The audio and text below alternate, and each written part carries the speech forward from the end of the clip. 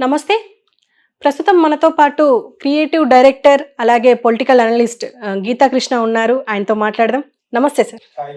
మన కొడాలి నాని ఎప్పుడు అగ్రెసివ్‌గా మీడియా ముందుకొచ్చే కొడాలి నాని ఇప్పుడు రావట్లేదు.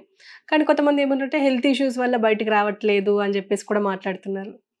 నేను ఇందాక ఒక మాట చెప్పాను, ఎవ్వరు గెలుస్తాను గెలవనైనా మాటలు అనొద్దని. అతను అక్కడే కాదు, ఎవరు అంటలేదు, ఎవ్వరు అంటలేదు, ఇంక్లూడింగ్ వంగాకైతే కూడా అంటలేదు. ఇతను అంతకు ముందు వచ్చి బూతులు మాట్లాడే తగ్గించాడు. ఏదో ఒకసారి చెకప్ వెళ్ళరా వెళ్ళి ఉంటారు, ఇలా ఏదో క్యాన్సర్ అని పెట్టారు. నేను బాగానే ఉన్నానని ఒక వీడియో పెట్టాడు. ఇంకా అంతగానే చేస్తాడు. అప్పుడు కూడా బూతులు మాట్లాడాడు కదా, అప్పుడు కూడా బూతులు మాట్లాడి నేను చాలా బాగున్నాను హే అంట కదా. లేదా ఆరోగ్య సమస్యలు ఆఫ్టర్ 50-60 years వస్తాయి. ఎవరికి రావు? Is already reading 60. ఓకే, అతను కానీ వంశీ కానీ అదే అది చాలా మందికి 40s లోనే వచ్చేస్తాయి మధ్యన. ఓకే, అంచేత హెల్త్ ఇష్యూస్ రాని వాళ్ళు ఎవరు ఉంటారు, అది మళ్ళీ కర్మ. దాని చేత ఆ ప్రకారంగా ఏమన్నా వస్తే వీళ్ళకి అందరూ తెలిసినట్టుగానే అసలు ఆల్రెడీ ఇది భయపట్టుకుంటుంది. ఎవరు భయపడి రాకుంటుంది. ఎవ్రీడే మీరు వెళ్ళిపోయిన తర్వాత ఒంటరిగా ఉండి నాకు కూడా భయం వేస్తుంది. ఎంత పర్ఫెక్ట్గా ఉన్నా కూడా ఐ ఆల్సో గెట్ స్కేర్డ్. నేనేమో నక్కీతున్నా బోడి గారంటే నేను మా అమ్మ కొట్టలేదు, దేవుడు పుట్టాను ఆ టైపు కాదు కదా. అంచేత everybody will have health issues. అంచేత ప్లస్ ఏమో నేను ఇందాక చెప్పాను కదా, ఎవరిని మాట్లాడొద్దన్నాడు. తను ఒక్కడే మాట్లాడి వెళ్ళిపోయాడు. ఒక ఆశ్చర్యమైన ఫిగర్ చూడబోతున్నారు అని ఒక పక్కన వచ్చి విశాఖపట్నంలో ఏర్పాట్లు జరుగుతున్నట్టు కొన్ని ఛానళ్ళు చూశాను. నిజమేమో, అది నిజంగా నేను అక్కడికి వెళ్ళి చూడలేదు. నాకు జవహర్ రెడ్డి తెలుసున్న వ్యక్తి ఆయన కూడా ఫోన్ చేసి అడిగే అంత ఇది లేదు. ఇప్పుడు అడగకూడదు, ఎగ్జిక్ట్ పోలీసు తెలియకూడదు. అడిగినా ఫోన్ ఎత్తాడో కూడా ఒక 2-3 నెలల నుంచి ఎత్తట్లేదు అతను ఫోన్. దీని గురించి కాదు, వేరే విషయం గురించి ఫోన్ చేసాం. వాళ్ళ ఏదో గొడవలో ఉంటారు. Otherwise it was very close to me before YSR ఉన్నప్పుడు. అతను యాక్చువల్గా పశువుల డాక్టర్, ఏఎస్ అది పాస్ అయ్యాడు. సో మరి అక్కడ ఏర్పాట్లు జరుగుతున్నాయి. ఎంతమంది ఎలా చెప్తున్నారు, మీకు ఎంత కాన్ఫిడెన్స్ ఎలాగొచ్చింది అని అడుగుదాం అనిపించింది. మనకి ఇంకెంత 10 days ఆగితే మొత్తం తెలుసుకోవాలి కదా. కాకపోతే అది నిజంగా జరిగితే ఈ కాన్ఫిడెన్స్ లెవెల్ జగన్ నేనన్నట్టుగానే అతని ఏ స్ట్రాటజీలో అతను గెలుస్తున్నాడని నిర్ధారణ అయిపోతారు. మేకపోటు గాంభీర్యం చూపించే వాళ్ళు అయితే చీఫ్ మినిస్టర్ లెవెల్లో ఉన్నాడు చెప్పడం, ఇంకా తెలుగుదేశంలో చెప్తున్నారు. ప్లస్ ఏమో వాళ్ళు ఏం మాట్లాడట్లేదు.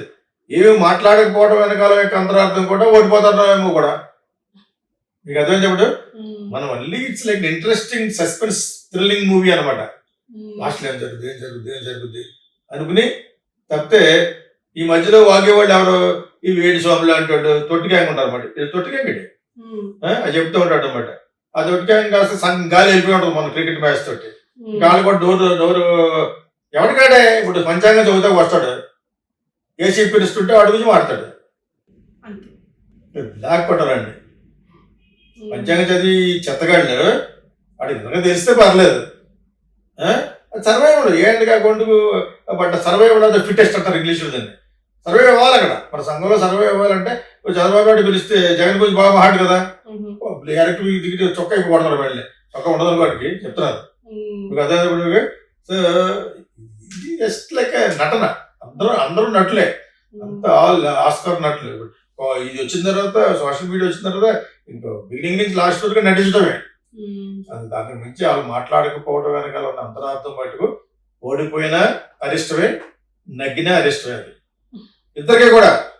అటువంటి సందర్భంలో వెళ్ళిపోతూ ఫారిన్ కంట్రీ చాలా అథెంటిక్ గా జగన్ ఎలా మాట్లాడగలిగాడు, మనకి సర్ప్రైజింగ్ పేరు వస్తుంది. We are forming government. అది బిలియన్ డాలర్స్ క్వశ్చన్. ఎగ్జాక్ట్లీ. ఒక పక్క వైసీపీ గెలుస్తుందని చెప్పేసి జగన్ అంటున్నారు, ఇంకో పక్కనేమో రీసెంట్గా అమిత్ షా కూడా ఒక మాట అన్నారు, కూటమి ఖచ్చితంగా గెలుస్తుంది, అధికారం చేపడుతుంది అని చెప్పేసి అంటున్నారు.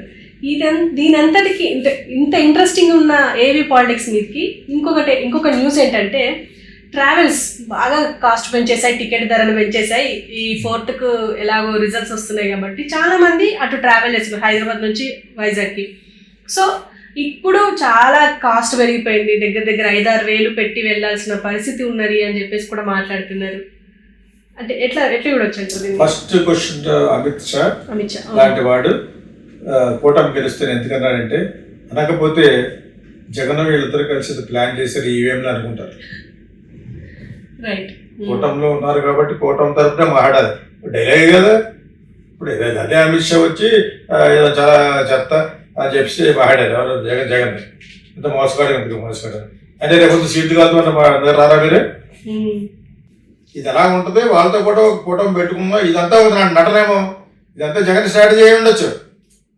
కూటమిలో చేరండి, సరేనా నువ్వు కూడా కాంగ్రెస్ చేయరు, ఇవన్నీ కూడా స్ట్రాటజీ ఏమో చెప్పలేము. ఆ లెవెల్ కూడా ఆలోచించగలిగిన సిన్సియర్ క్రిమినల్ మెంటాలిటీ ఉన్న ఎఫిషియెంట్ మళ్ళీ అన్నీ కలుపుతున్నాను జగన్. అందుకని జగన్ స్ట్రాటజీలు అండర్ ఎస్టిమేట్ చేయకుండా పియాగాళ్ళు అంటుంటే చాలా మంది పొడుచుకొచ్చింది నా మీద. అది అమిత్ షా అనే దాంట్లో అంతరార్థం ఏంటంటే ఓన్లీ పొలిటికల్ స్పీచ్. అది మేము కూటమిలో ఉన్నాం కాబట్టి కూటమి గురించి మాట్లాడకపోతే లేదు జగన్ గెలుస్తాడు నిన్న నాకు అందిన అండ కదా, అది ఎలా తెలియబోతుంది తెలుస్తుంది. ఓకే ఓకే సరే కూటమి గెలుస్తుందని చెప్తాడు. ఇంకోటి ట్రావెల్స్ ఏంటంటే బిజినెస్, అది బిజినెస్ ఎయిర్లైన్స్ లో వాళ్ళు మామూలుగానే పెట్రోల్ ఖర్చు రావట్లేదు గోలాడుతుంటే రెడ్డిగా ఒకటే చాలా సక్సెస్ఫుల్ ఉంది. మిగతా చిన్న చిన్న పలుచగా ఏషియా అని 2-3 ఛానల్స్ అదే మన ఛానల్స్ ఎయిర్లైన్స్ వెళ్తున్నారు కాబట్టి వాళ్ళకి చెప్తే బాగా సుభిక్షంగా ఉంది. ఏంటి సుభిక్షంగా ఉంది, ఒక ఫ్లైట్ తోటి ఈ రోజున 500-600 ఫ్లైట్లు ఆపరేట్ చేస్తారు రెడ్డిగా. మిగతా వాళ్ళందరూ పడిపోయారు. కింగ్ ఫిషర్ అనేది అంతకుముందు సన్ టీవీ వాళ్ళు చేసేవారు, ఇంకోటి ఆవిడ చేసేవాడు, చేతులు మారినాయి. ఆ కింగ్ ఫిషర్ అయిన తర్వాత జెండాపై కబరాజుకి ఎత్తేసి వెళ్ళిపోయాడు విజయమాల్య. అంచేత airlines is not profitable business, it is one of the business in there whole bunch. వాళ్ళ షేర్ వాల్యూ పెరగడం కోసం ఒక పబ్లిసిటీ వాడుకునే ఒక టాటా బల వచ్చింది. వాళ్ళకంటే గొప్పవాళ్ళు కాదు కదా Ratan Tata and all they came taking back to civil aviation. So వీళ్ళందరూ కూడా ఏ పోటు కాపోటు గడిస్తే చాలు, ఏ ఫ్లైట్ కా ఫ్లైట్ కనీసం ఒక 5% వస్తే చాలు అంటే రూపాయి వడ్డీ వస్తే ఈ రోజున రూపాయి 12%, అది పెద్ద బిజినెస్. బ్యాంకులో 5-6% కూడా 50%, 60% కంటే 60 పైసల కంటే ఎక్కువ ఇవ్వట్లేదు వడ్డీ. పైసలతో చెప్పుకోవాలంటే 6%, 7%, 12% అంటే 1 రూపీ, 18% అంటే 1.5. 18% వచ్చిన ఎయిర్లైన్ లేదు అసలు. అది ఎలాగంటే ఎక్కువ వాల్యూమ్ ఉన్న గట్టిగా గ్రో అవ్వగలిగితే ఇండిగో లాంటి ఎయిర్లైన్స్. ఇండిగో స్టార్ట్ అయ్యేది వన్ ఫ్లైట్, ఒక్క ఫ్లైట్ స్టార్ట్ అయ్యేది అది లైఫ్. ఈరోజు 100 ఫ్లైట్స్ ఉన్నాయి operating all over the world.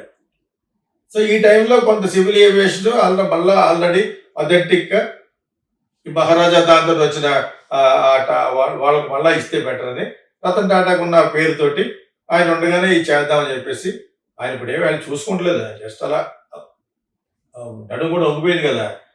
Plus ఆయనకున్న పేరు ఇమేజ్ డిఫరెంట్ ప్రపంచంలోనే, అది వాళ్ళకి మళ్ళీ ఇచ్చారు. సగం ఎయిర్లైన్స్ వాళ్ళు మళ్ళా, కాకపోతే మళ్ళీ ఇండిగో లెవెల్కి రావాలని టైం పడుతుంది. ఇండికే పెరిగిపోయింది అలాగా, వాళ్ళు సమిష్టి కృషిలాగా పెంచుకుంటూ పోయారు.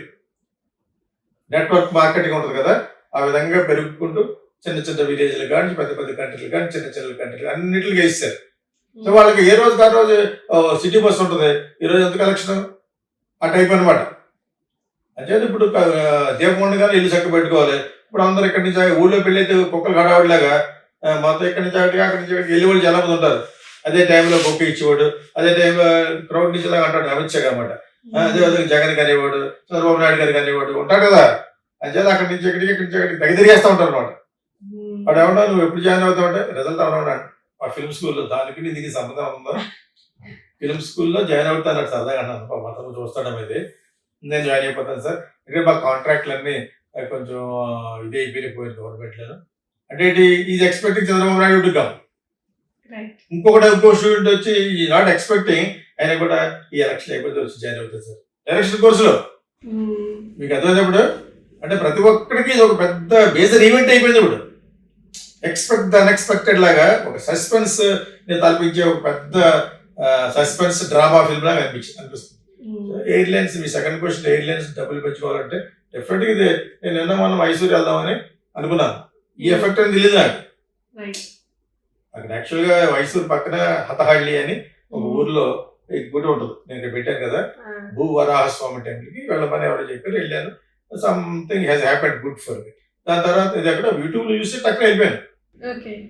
నైట్ వచ్చాను, మార్నింగ్ ఫ్లైట్ బుక్ చేసి వెళ్ళిపోయాను ఒకసారి. ఇంకోసారి వెళ్ళాను అక్కడ. నాకు ప్లెజెంట్ ట్రిప్గా ఉంటుంది.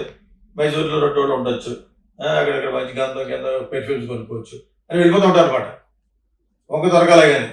సో వెళ్తుంటే ఇప్పుడు ఫ్లైట్ యాక్టింగ్ 7-8 ఉండేది, 12,000 15,000 అయిపోయింది.